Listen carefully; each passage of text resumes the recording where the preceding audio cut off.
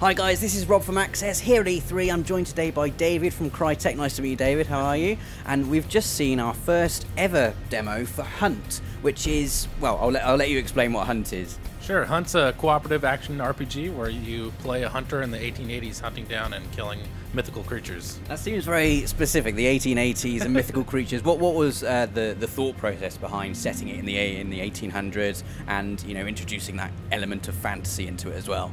Yeah, I think really the time period's interesting in that there's a lot of cool technological advancement, but at the same time it's still kind of old world.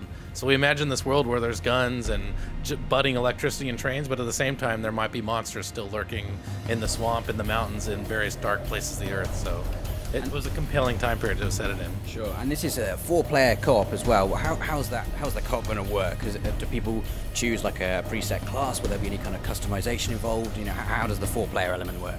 Yeah, you have full control of your character. You can pick their look, their costume, the weapons they carry, all that kind of stuff. So there's not preset characters, anything like that. You basically build your own character within the world.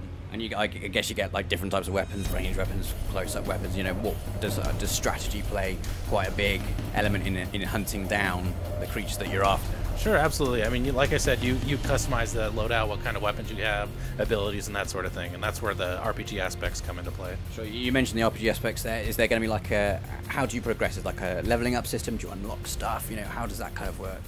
Sure. No, anyway, I mean, we're not talking about progression mechanics, but yeah, I mean, what you could imagine an RPG, our own take on it, essentially.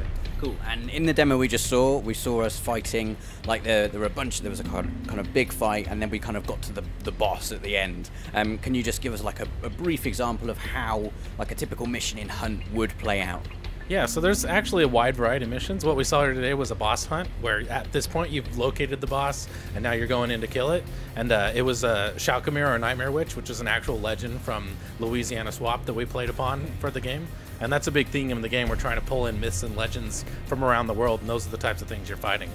Awesome. So what are we going to see? Like, you know, werewolves, zombies, vampires, that kind of thing in there? Anything you could imagine, yeah. I mean, our intention is to make a very international game, so there'll be locations from all around the world, and we'll play upon local myths and legends, and that's the type of stuff you'll be fighting, absolutely.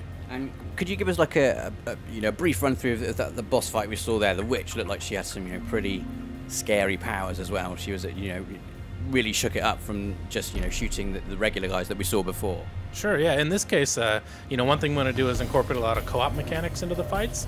And in this fight, the witch actually pulls one of the players into her witch realm, and that player is the only one that can see her. So they're in the situation where they kind of have to shoot the witch, and every time they shoot her, she appears for everybody else for a brief moment. And so they're kind of marking her so everybody else can attack that character.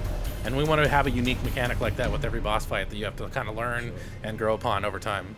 And one of the things that I thought was really interesting in the demo is when you died, you don't just like respawn and get straight back into the fight. That you will have like these situations where one guy was in a coffin, one guy was like kind of strung up from a tree. So why did you decide to put that in? Was it kind of a reaction to thinking that maybe respawning just makes things a bit too easy? Did you want to make that a bit more challenging? Yeah, I mean, at the end of the day, we wanted the game to be challenging, so we want the player to die a lot. But we didn't want it to be frustrating, so we built a mechanic in where, okay, you die a lot, but the players have a chance to rescue you. And then we thought it'd just be cool to have unique rescue situations, like, oh, I'm tied up in a tree, or they got me in a big giant saw blade, or I'm in a coffin, or something where they have to actually get to you, rescue you, and then you can continue on and fight with them. And I guess that makes dying also quite exciting as well, because we saw like an upside down view from the guy who was strung up. So I guess when you're in that kind of respawn position, there's like a built-in tension to that situation where you're thinking, oh god, are we just going to get wiped out here? Yeah. Is that kind of the thing you were going for there? Oh, absolutely. I mean, sitting inside a coffin, like staring through the little slit and trying to figure out what's going on, why people are fighting around you is really cool. You see creatures coming by, you see everything going on outside. But yeah, it's definitely a cool perspective. So you've been working on the game for a year so far. What kind of time do you reckon we're going to be getting our first hands-on with Hunt? We should be having hands-on pretty soon. I don't know exactly when, but definitely soon. But I think we're going for a closed beta in the fall. You can go to huntthegame.com and sign up, and so people get their first taste of the game there for sure. And what engine are you using with this? Is it the CryEngine 3? Yeah, it's just called CryEngine now. CryEngine. Yeah. Okay, because I was really, you know, I'm a bit of a sucker for environmental effects myself, so I noticed the water and the fire specifically looked pretty impressive. Yeah, no, CryEngine's great. There's just a lot of baked-in stuff you just get to use right out of the bat. is nice. Well, thank you very much for your time, David. Hunt's looking absolutely awesome. If you want to check out more from E3, make sure you stay tuned to the channel. Don't forget to subscribe, because we've got loads more videos coming up throughout the week.